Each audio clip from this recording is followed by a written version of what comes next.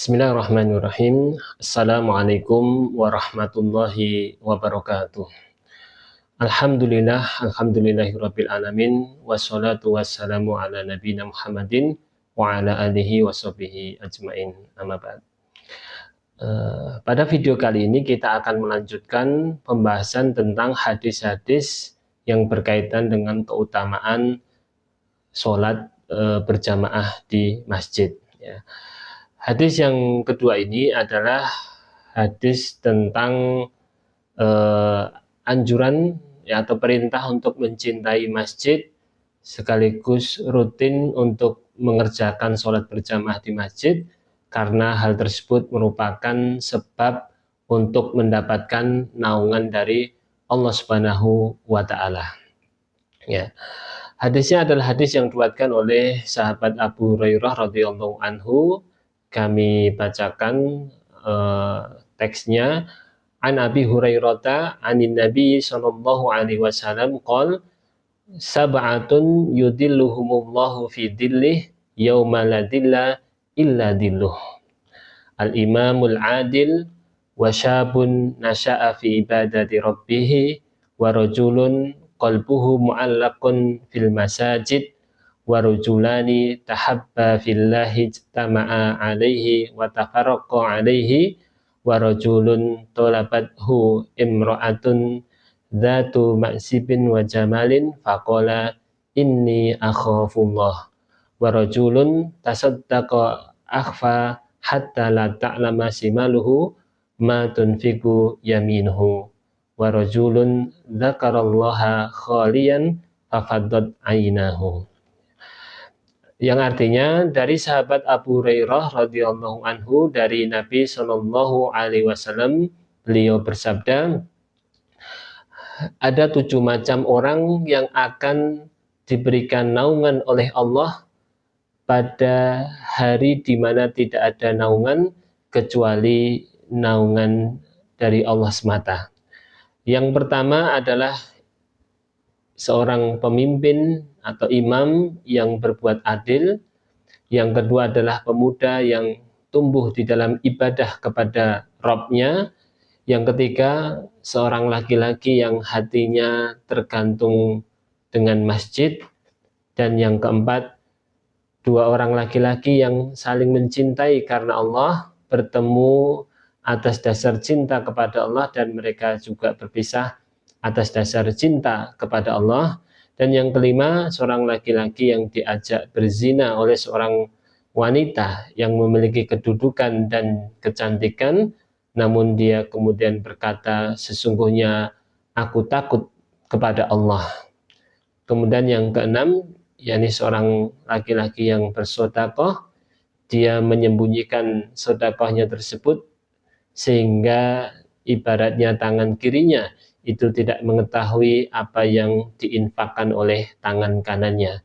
Dan yang ketujuh adalah seorang laki-laki yang berzikir kepada Allah di tempat yang sepi sehingga kedua matanya meneteskan air mata. Hadis ini diriwayatkan oleh Imam Bukhari dan juga Imam Muslim.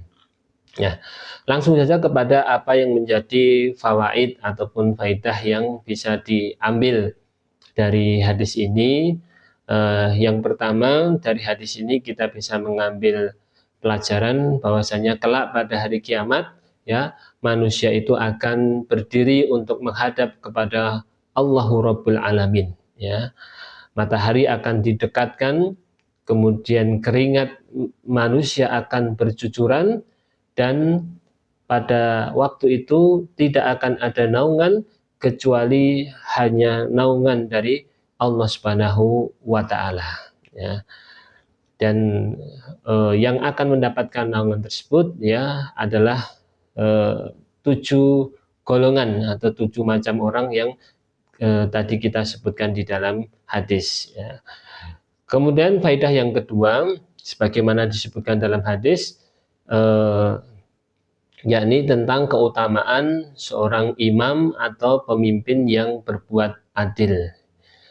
Yakni pemimpin yang seperti apa? Yakni pemimpin yang kemudian mengikuti perintah Allah, ya, sehingga dia mampu berbuat adil dan tidak berbuat zalim, ya. Nah, golongan pemimpin ini disebutkan sebagai golongan pertama yang akan mendapatkan naungan dari Allah Subhanahu wa taala dikarenakan pemimpin yang adil ini akan memberikan manfaat yang sangat besar, ya. Kebaikannya itu akan merata dan kemudian dirasakan oleh semua orang, ya. Maka ini diantara hikmah, ya, kenapa kemudian pemimpin yang adil ini kemudian ditempatkan atau disebutkan pertama kali, ya, sebagai golongan yang akan mendapatkan naungan dari Allah Subhanahu wa taala.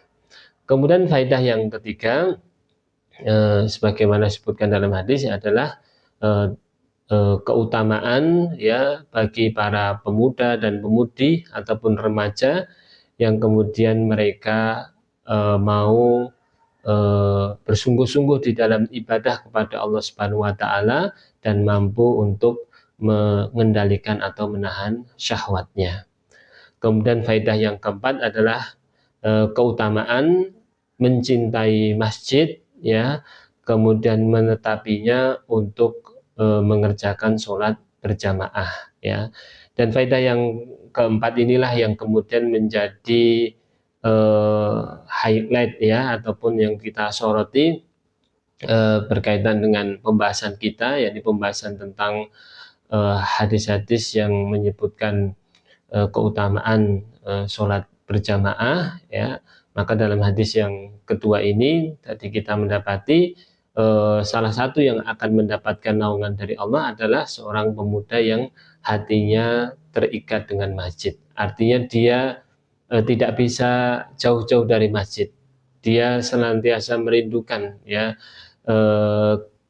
untuk bisa hadir di masjid, ya, khususnya adalah untuk mengerjakan sholat-sholat berjamaah di dalam masjid maupun juga untuk melakukan amal ibadah lainnya, ya. Dan sekali lagi, orang yang seperti itu, orang yang memiliki perhatian, kecintaan, ya, dan juga kesungguhan untuk beribadah di dalam masjid ini ternyata, ya, kelak akan mendapatkan naungan dari Allah Subhanahu wa taala pada hari di mana tidak ada naungan kecuali hanya naungan dari Allah Subhanahu wa taala. Nah, kemudian kita lanjut kepada faedah yang kelima, yakni keutamaan dan anjuran bagi seseorang untuk saling mencintai karena Allah, dan begitu pula sebaliknya, dia juga membenci karena Allah. Kemudian yang keenam, faedah yang kita dapatkan juga dari hadis ini adalah keutamaan untuk seseorang itu merasa takut kepada Allah, yang dengan rasa takut ini mampu, ya, menghindarkan atau mampu menghalangi, ya, dirinya dari mengerjakan kemaksiatan kepada Allah Subhanahu wa taala. Kemudian yang ketujuh, dari hadis ini juga kita bisa mengambil faedah tentang keutamaan melakukan sedekah secara syir atau secara rahasia, ya. Dan ulama mengatakan untuk sedekah tatawu, ya, atau sedekah yang sifatnya sukarela, maka melakukannya secara rahasia atau secara sembunyi-sembunyi itu jauh lebih utama, ya, karena hal tersebut lebih mudah untuk seseorang bisa ikhlas dan juga terhindar dari sifat riya, ya, keinginan untuk mendapatkan pujian atau dilihat oleh orang lain.